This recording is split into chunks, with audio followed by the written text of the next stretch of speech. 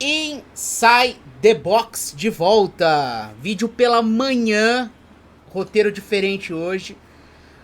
Ontem um dia atribulado nas nossas vidas, mas obviamente estaremos aqui para falar sobre o Arsenal, mais líder do que nunca. Que rodada maravilhosa para o Arsenal. Vamos falar sobre a vitória do Arsenal, a protocolar vitória do Arsenal sobre o Brentford, mas obviamente também sobre derrota do Chelsea pro Leeds.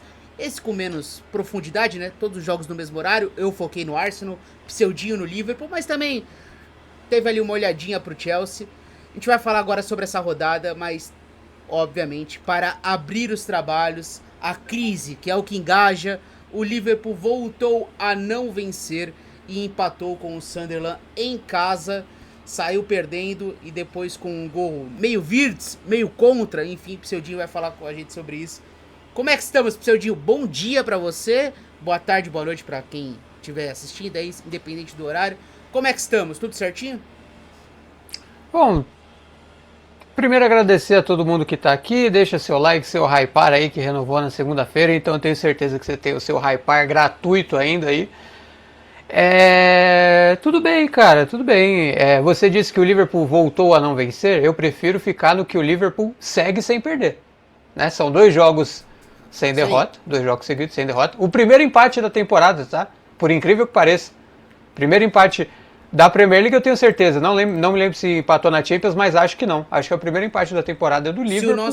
Se o nosso clima aqui fosse de guerra e não de paz, eu diria que você está adotando uma agenda positiva com o Liverpool. Mas eu não vou fazer isso. Que é o que o Twitter fala pra mim todos os dias.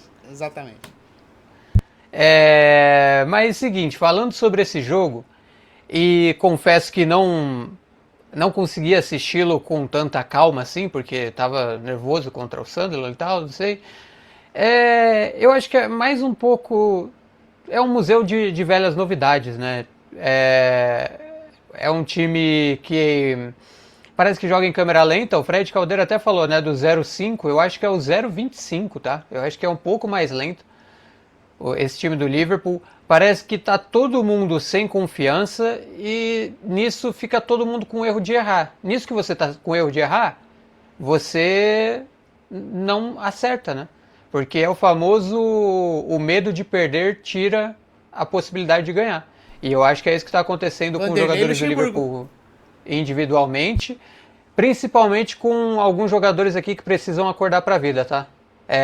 A gente vai falar do Slot daqui a pouco, que é mais um que precisa dar uma acordada também, mas Isaac, Salah, McAllister, o Konaté não é nem acordar, o Konaté é voltar à vida. É um milagre um pouco mais além. Quando um urso volta de hibernar, tem um nome pra isso? Eu acho que é acordar. Acordar só. Seria nesse cenário, vamos dizer assim. Né? Porque é mais ou menos isso, né? Eu acho que é nem urso, é tipo Lázaro, sabe? Que morreu e tem que ressuscitar. Acho que é a parada do Konaté com Jesus Cristo, assim. Não é coisa de médico, não. Mas assim, ontem o senhor Virgil van Dijk fez um jogo de Konaté e o Konaté fez um jogo de Konaté também. O Robertson, apesar da nota não tão alta ali, mostra que é muito diferente do Kirkes, principalmente no trato da bola mesmo, assim, é um jogador muito diferente, o Robertson, apesar da idade. Até repetindo uma frase que eu vi no Twitter sobre o Kirkes, que era, eu achava que ele era uma insanidade defendendo, mas depois descobri que ele é só insano mesmo, ele é louco, o Kirkes. O Joe Gomes, cara, assim, o Joe Gomes é aquilo ali, é o que ele pode te entregar e ele te entrega razoavelmente bem na defesa. No ataque é a mesma coisa que você pedir para um elefante andar numa corda bamba, assim, não tem condição nenhuma. Mas eu acho que é o que tem, né? O Joe Gomes ele é uma excelente opção para você ter o Szoboszlai mais próximo do ataque, que é o que faz o time funcionar. Ontem o Wirtz muito bem também. Eu acho que é um Liverpool, cara, que é um Liverpool que ele é pouco equilibrado no sentido daquele fio de tilt, sabe? Da inclinação que o time representa em campo nos movimentos. Sem o Salah, com o Gakpo, é um time que só ataca pela esquerda. com o Salah sem Gakpo, é um time que só atacou pela direita. Foi assim no primeiro e segundo tempo, respectivamente. Além disso, veio uma memória na minha cabeça esses dias de quando o McAllister se lesiona na temporada passada. E o time começa a entregar atuações parecidas com essa dessa temporada, só que salvas por Salah, salvas por uma criatividade do Luiz Dias que o time não tinha, salva por um bom momento do Gakpo que fazia gols importantes, mas era um time que sem o McAllister na temporada passada, isso 24-25, mostrava muita dificuldade em conectar meio e ataque. E hoje eu acho que o McAllister segue sendo um dos principais problemas do Liverpool, de conexão de meio e ataque. Quando o McAllister não está confiante, quando o McAllister não está no 100%, ele deixa de dar aqueles passes que eu sempre brinco, principalmente com a Tainá que assiste os jogos comigo, que é todo passe do McAllister parece que vai dar errado, mas dá certo. Porque são os passes muito longos, são as viradas de jogos que colocam, na época, né, o Salah sozinho com o gol. O McAllister é um jogador muito central para o estilo do Arne Slot, principalmente na transição. E sem ele, você perde esse cara de passe. O Curtis Jones não é esse cara. O Szoboszlai não é esse cara, desses passes longos que eu digo, né? Szoboszlai, Wirtz e o Curtis Jones são caras de aproximação, são caras de relações um pouco mais curtas em campo. O Gravenberch também não é esse cara do passe longo. O Gravenberch é o volante que tem muita capacidade técnica de com bola mesmo, porque era um camisa 10, e é um cara de boa chegada. Ele é um cara que chega e finaliza. Ele não é um cara que vai te dar um passe de 25 metros, de 20 metros. O McAllister é esse cara. E com a queda técnica e física de Robertson e Van Dijk, você perde totalmente isso. Porque quando não era o McAllister, quem dava o passe direto para o Salah, tudo bem que tinha o Arnold também, mas pela esquerda, que é onde o McAllister joga, você tinha um Van Dijk, que a música do Van Dijk fala isso, né? Ele vai passar a bola tranquilamente, como você gosta. E o Robertson já foi um dos melhores laterais esquerdos do mundo nessa inversão de jogo, enfim. Ele com o Arnold era uma coisa de maluco, né? Era uma das coisas que fazia o Liverpool do Klopp funcionar. Dito tudo isso, o Isaac eu nem falo porque teve uma hora que eu falei, caramba, o Isaac ainda tá em campo. Eu achava que ele nem tava jogando. Mas é um cara que você percebe que tá realmente muito fisicamente abaixo. Tem muito da pré-temporada, mas assim, como você já disse algumas vezes, é dia 4 de dezembro. A gente não tá mais em setembro. E aí, antes de falar do slot, tem duas coisas que eu quero... Três coisas, na verdade. Primeiro, um grande jogo do Sunderland, que mostra que merece demais onde está, né? O trabalho do Le Berry é muito bom. A partida do Lefi também é excelente. Eu gosto muito do Lefi, cara. Ele é um cara muito elegante. Jogou por dentro jogando. Ontem, né? Mudou um pouco o estilo. Sim. E eu acho que você tratar esse jogo como o Liverpool empatou em casa contra um time que acabou de subir, beleza, na regra você tá certo, o Sunderland acabou de subir, o jogo foi em Anfield e o Liverpool empatou, show. Mas eu acho que isso é um reducionismo que é desonesto com o que o Sunderland tá fazendo. Eu acho que você reduzir o Sunderland a um time que acabou de subir, eu acho isso errado, tá? Vi algumas pessoas falando isso e acho isso bastante errado. Tipo o torcedor do Vasco que falou que era uma vergonha perder do Mirassol em casa, né? O Mirassol exatamente. com uma campanha muito melhor que o Vasco. Isso diz mais sobre o Liverpool do que sobre o Sunderland, eu acho, tá? Tudo bem que o Sunderland tem muito mérito, mas tem muito demérito do Liverpool também. Em condições normais de temperatura e pressão, o Liverpool ganharia esse jogo, seria favorito. Eu acho que inclusive o Sunderland chega pro jogo como favorito.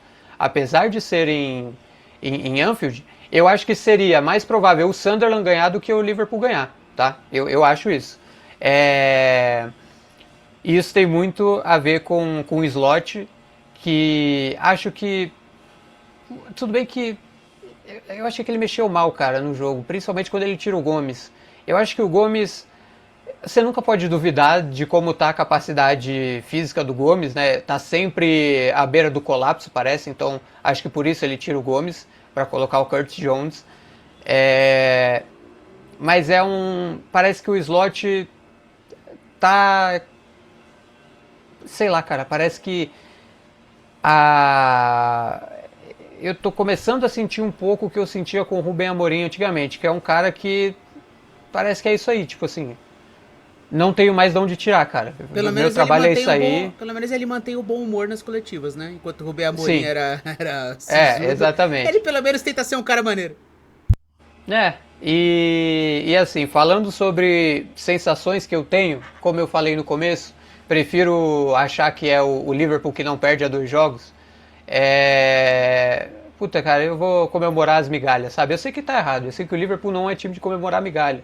Mas, mano, do jeito que tá, entendendo o momento do time, eu vou comemorar empate com o Sunderland, eu vou comemorar não tomar gol, vou me apegar às pequenas coisas. Eu acho que é importante você, senão o futebol acaba sendo só vitória, acho que o futebol é muito além disso. Acho que como falei no Twitter também,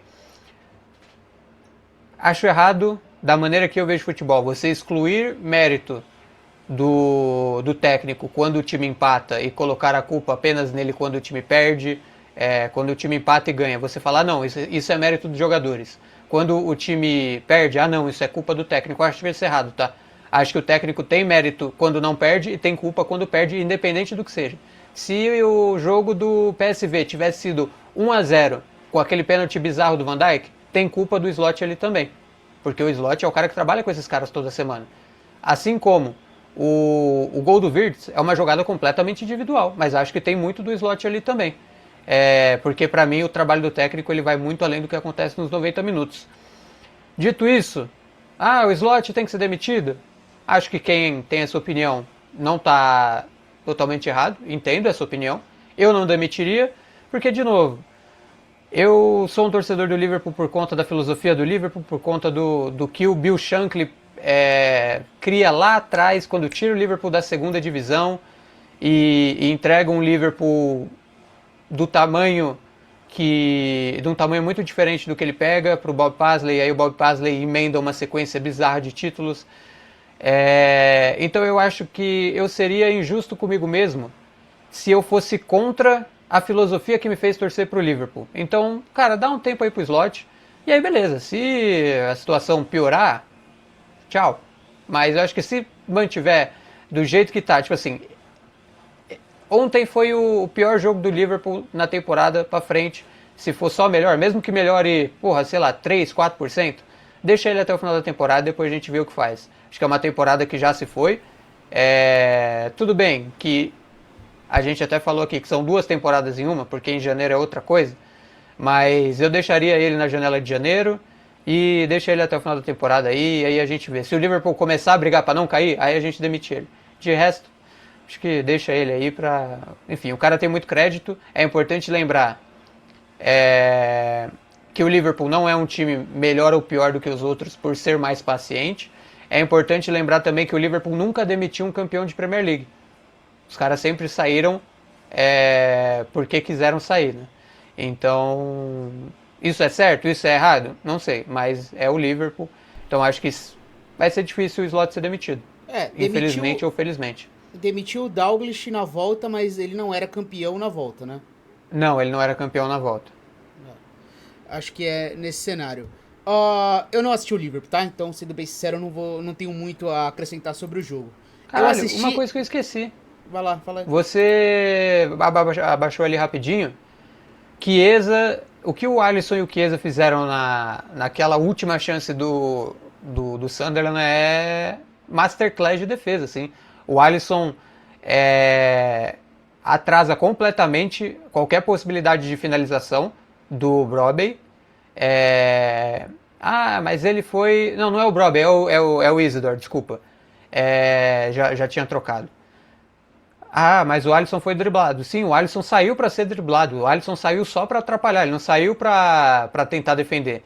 E aí vem o Chiesa que larga a uns 3 metros atrás, mais até, na corrida, consegue tirar a bola. Então, assim, acho que o Chiesa é um cara que merece titularidade. Tem que ver se o Chiesa tem capacidade física para ser titular, jogar 90 minutos. Mas mesmo assim... Acho que ele no lugar do Gakpo seria uma boa, ou ele no lugar do Szoboszlai, o Szoboszlai pela esquerda, ou o Wirtz pela esquerda. Enfim, que o trio do meio campo seja Wirtz, Szoboszlai e Chiesa. E aí a gente vê o que é melhor, até porque grandes jogos do Gakpo na temporada passada foram saindo do banco. Então talvez seja uma boa aí e torne o time menos penso para um lado ou penso para o outro. Partida do Salah quando entra, muito abaixo também. Fantastic. E vamos falar agora sobre o líder do campeonato, Arsenal e Brentford. O Arsenal agora abrindo 5 pontos em relação ao Manchester City. E o próximo adversário, o Aston Villa, agora colando, já que o Aston Villa conseguiu uma grande virada contra o Brighton, né? Saiu perdendo de 2-0 e buscou um 4-2, depois termina 4-3, mas é o Aston Villa com a setinha pra cima, se recuperando na tabela e agora já na terceira colocação, ultrapassando e deixando o Chelsea pra trás após a derrota pro Leeds. Enquanto isso, o Arsenal sólido, seguro, vence o Brentford e em um resultado muito merecido, Pseudo. Resultado muito merecido. Brentford, assim, pouquíssimas chances em geral no jogo, é uma coisinha ou outra, uma defesa só do Raya na partida. E mostrando mais uma vez o poder do elenco, Pseudo. Mostrando o poder do elenco, porque o Arsenal jogou bem, criou oportunidades, ao natural foi dominante e mereceu a vitória em um jogo que Saka começou no banco, Eze começou no banco, não tinha Trossard, não tinha sua dupla de zaga, Ben White começando como lateral direito e não Timber. Inclusive, mais uma lesão na defesa, Mosqueira sai machucado, o Timber tem que entrar e aí até fico em dúvida, pô, o Timber vem pra ser lateral e aí o Ben White vira zagueiro, porque o Ben White é um zagueiro de origem, né? O Arsenal comprou o Ben White como zagueiro e ele virou um lateral full time, basicamente, no Arsenal. E não, cara, entre o Timber como zagueiro, o Timber faz um grande jogo como zagueiro, Timber e Nkapie, num jogo que é difícil, né, porque é um time muito físico. O Brentford não começou com o Igor Thiago ontem, optou por um time um pouco diferente, com uma dupla de ataque mais leve. Esse meio de semana foi muito marcado por vários times rodando o elenco. Uma rodada de meio de semana, normalmente, os times tendem a preservar alguns jogadores, a rodar o elenco, e foi o que aconteceu. Mas, em geral, nessa conta, um jogo muito seguro e muito consistente do Arsenal. Torcer para não ser nada grave a lesão do Rice, né? Me pareceu uma pancada. O Arteta chega até a tranquilizar na coletiva, mas, enfim, é um jogador fundamental para esse Arsenal. Surreal a temporada do Declan Rice. Assim, não chega a surpreender, porque já é o esperado em termos de nível, mas jogou demais. Quando a gente fala sobre surpreender, Odegaard voltando bem, né, titular após um período lesionado, tava voltando aos poucos, entrando no fim das partidas, agora começando o jogo, influente, participativo no jogo, e uma grande atuação do Madueke, substituindo o Saka. Aqui era um ponto de atenção, né, porque era onde o Arsenal travou ano passado, quando o Saka machuca.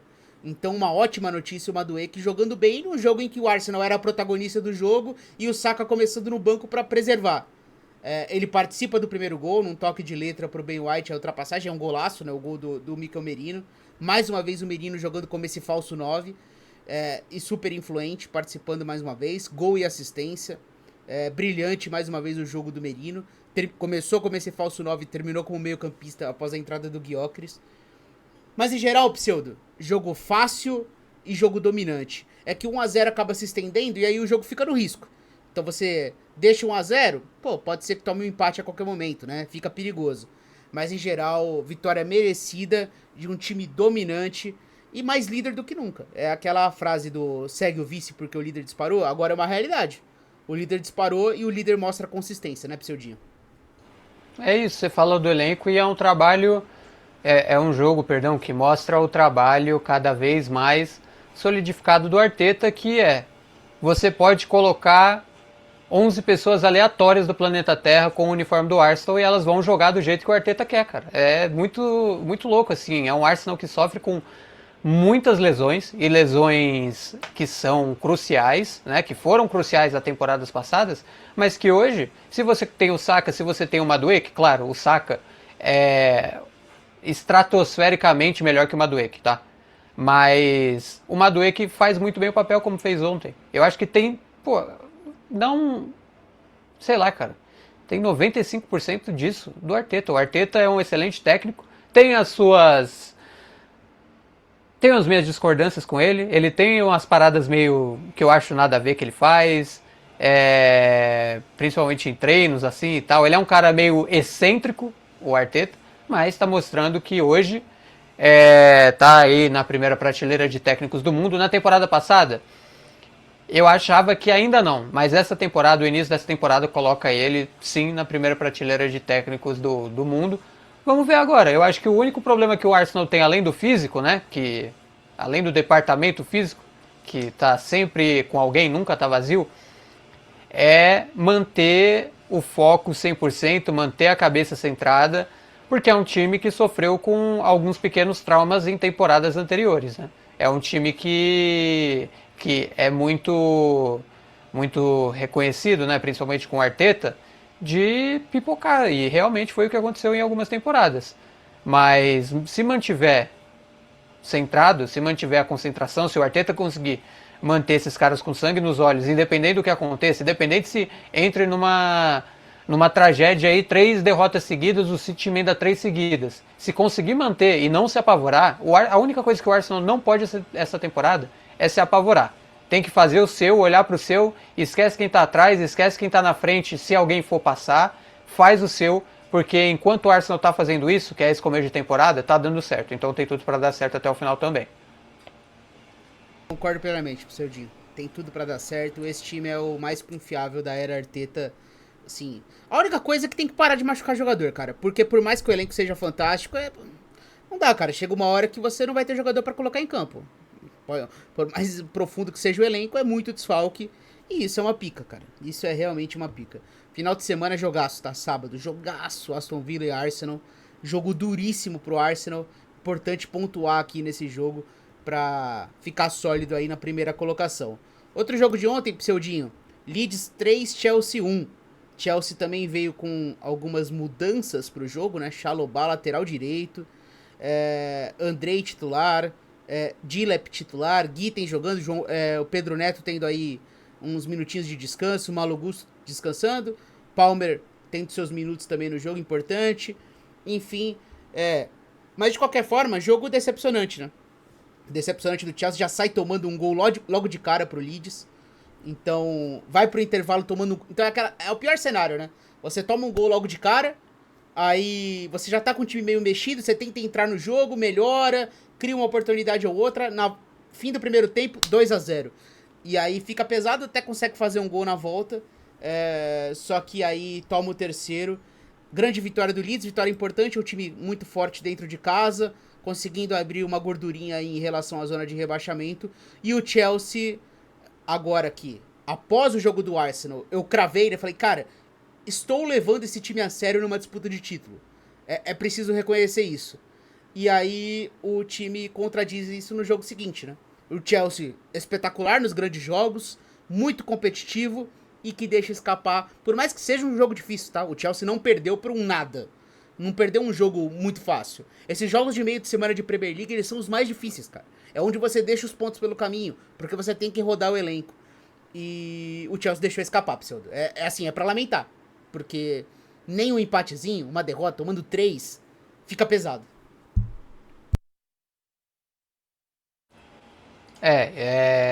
A gente vai ficar com fama de zicador do Chelsea, né? Porque a thumb do vídeo passado do jogo do Chelsea o Chelsea deu um recado. Eu acho que hoje, quer dizer, ontem, né? A gente tá acostumado sempre a gravar no mesmo dia. Não é um recado, tá? Sim, é um pequeno sussurro o que aconteceu ontem, porque como você falou, é muito difícil jogar no Elland Road. Inclusive, disse que o Sunderland era favorito contra o Liverpool em Anfield. O Leeds é favorito contra o Liverpool no Elland Road, que é o próximo jogo da próxima rodada, né? Não me lembro agora se é sábado ou domingo. Sábado. 6 é sábado. 2h30. Assim, acho que o Chelsea tem que ser desconsiderado da briga pelo título? Não.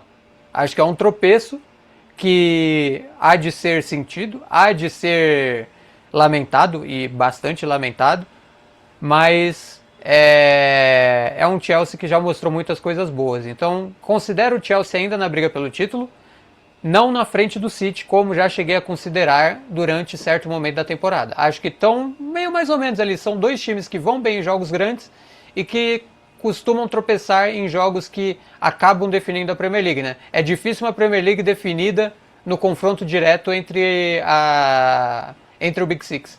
Você Sim. perde a Premier League em jogos assim, contra o Bournemouth, contra o Leeds, contra o Wolverhampton, Burnley, são esses times que são as pedras no sapato, né? O Liverpool perdeu 2 Premier Leagues por 1 ponto de diferença. Você acha que foi em jogo contra o City? Não, foi em jogo contra times fora do Big Six.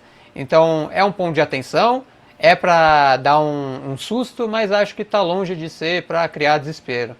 Acho que ainda está na briga pelo título, o Chelsea, mas tem que, claro, mesma coisa que eu falei pro Arsenal, não pode se desesperar com resultados ruins e não pode se iludir com vitórias contra o Big Six. E para um time jovem, assim, é complicado brigar pelo título da Premier e a gente bate Sim. na tecla sobre isso, né? Sobre esse Chelsea ter mais uma cara de um ano de solidificar em G4, em G5, vaga na Champions, realizar uma boa Champions, desenvolver seus jogadores e tentar manter o elenco, mudar menos na próxima temporada e tentar cada vez mais criar mais cancha, né? Porque a experiência é importante e o Arsenal tá mostrando isso. Acho que o Chelsea tá nesse processo. Mas, dito isso, obviamente, jogo decepcionante ontem contra o Leeds. E o Leeds é impressionante, cara. Mais uma vez marcando gol nos primeiros 15 minutos. É o time que mais faz isso na Premier. E quando o jogo é em casa, isso é uma realidade ainda maior. É um time que começa muito forte os jogos. Muito forte. E é impressionante como, mesmo todos os times estudando isso, com certeza o Maresca chegou na preleção e falou, cara, atenção, o Leeds é um time que marca muito nos primeiros minutos. É um time que começa o jogo muito quente. E mesmo assim você não conseguiu defender e o Leeds já abre o placar. E aí é muito difícil buscar uma virada, uma recuperação fora de casa. Apesar de que o Aston Villa conseguiu isso, né? Aston Villa conseguiu essa recuperação na rodada retrasada, né? Saiu perdendo logo de cara e tem uma virada. Vamos lá. Pra finalizar aqui, Pseudo, passar pelos outros jogos também. Aqui deu a lógica, né? Se você falou sobre favoritismo, né? De debater o favoritismo do Liverpool. Uma coisa é, não importa o adversário. Sempre que o Wolverhampton estiver envolvido, o adversário é o favorito. E mais uma vez ontem isso foi comprovado.